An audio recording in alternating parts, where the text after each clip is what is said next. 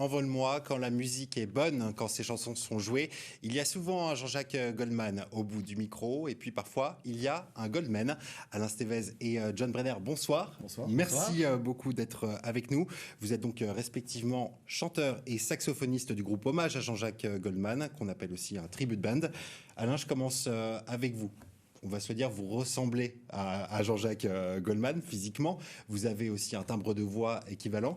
Est-ce que vous pouvez nous expliquer comment ça a commencé ? Est-ce que vous avez travaillé ce style pour vous rapprocher de l'idole, ou est-ce qu'un jour on vous a dit, tiens, tu ressembles à Jean-Jacques Goldman, tu devrais faire ça ? On m'a pas dit tu ressembles à Jean-Jacques Goldman, ça on l'a découvert sur le tard, bizarrement. Mais par contre, c'est un ami qui m'a dit tu devrais chanter du Goldman. Il s'avère qu'il a une chouette idée parce que je connaissais tout par cœur. C'est un des rares artistes que je connaisse. Vous étiez fan avant ? J'étais vraiment fan de Goldman et je me suis dit pourquoi j'y ai pas pensé avant. Donc Pierre-Marie, merci de m'avoir soumis cette idée. Voilà. Et John, comment ça a commencé du coup ? Comment est-ce que le groupe, vous êtes 6 en tout, comment est-ce que vous êtes rassemblés ensemble ? En fait, c'est une bande de copains. C'est une bande de copains où on avait l'habitude de travailler ensemble. Et puis, quand l'idée du groupe est née, c'est naturellement en fait qu'Alain a fait appel, alors d'abord à 4 d'entre eux, voilà. Moi, je suis arrivé juste une petite année après, mais il s'est incrusté. Et je me suis incrusté. Voilà, je me suis incrusté. Vous étiez séduit par l'idée, vous aviez envie d'en faire partie. Parce qu'avec Alain, on s'est connus au moment où il a monté le tribute, et puis donc en fait, il a monté ça avec une bande de copains, et puis moi j'ai rejoint cette bande, et en fait, voilà, c'est depuis tout ce temps, on est ensemble et on joue. Alors je vous propose tout de suite de voir un extrait de votre concert. C'était à l'Alhambra à Paris en mai 2021. On regarde et on revient juste après.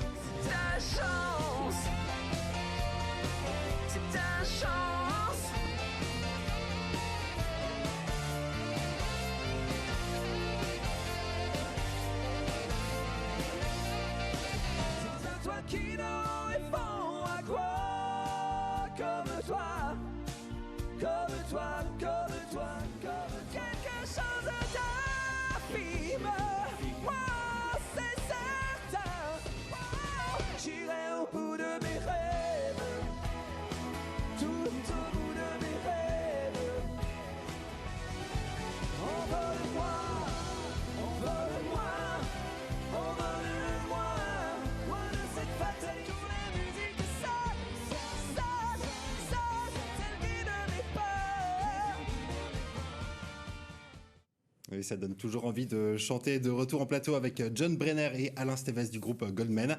Est-ce que c'est compliqué de chanter Goldman ?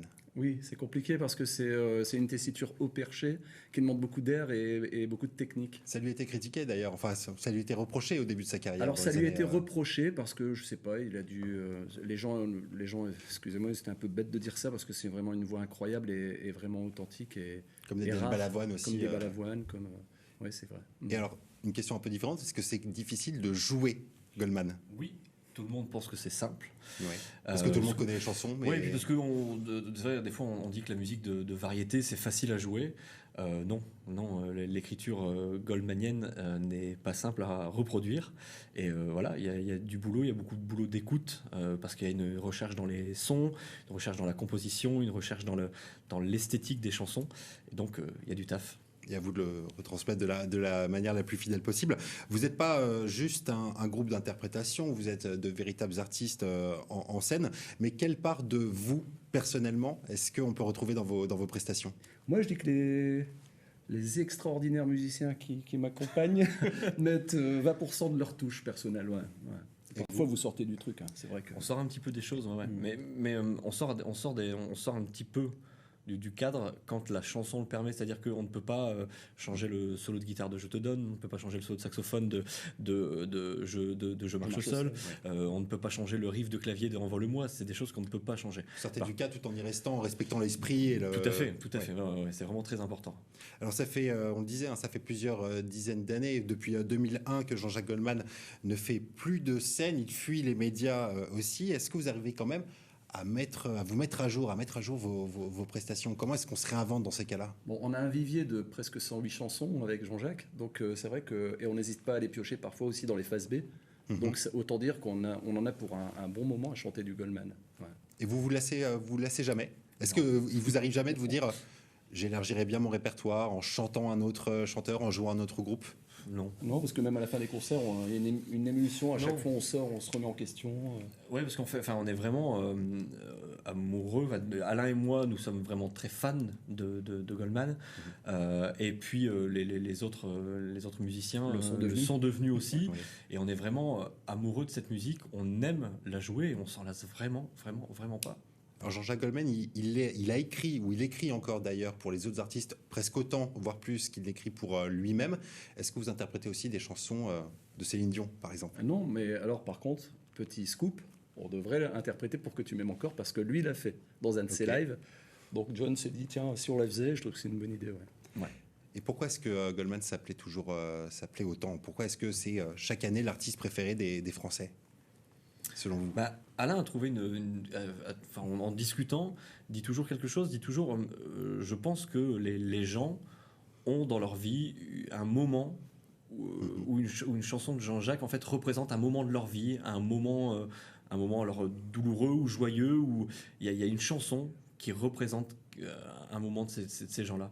Et c'est vrai que régulièrement on a pu le vérifier en discutant avec les gens en fin de concert, des gens qui nous ont des fois parlé alors malheureusement des décès, voilà, il y a des chansons qui accompagnent, des gens qui disent voilà, moi j'ai été malade et moi en écoutant du Jean-Jacques ça m'a aidé, ça m'a donné la force, et on a toujours cet échange avec les gens, et puis même dans les moments plus festifs, je veux dire voilà, une chanson telle que Quand la musique est bonne, ou même Souvenir d'adolescence. même plus récemment aussi J'irai où tu iras, c'est des chansons qu'on utilise énormément dans les fêtes, dans les mariages, dans les événements, tout ça. C'est des chansons qu'on entend tout le temps.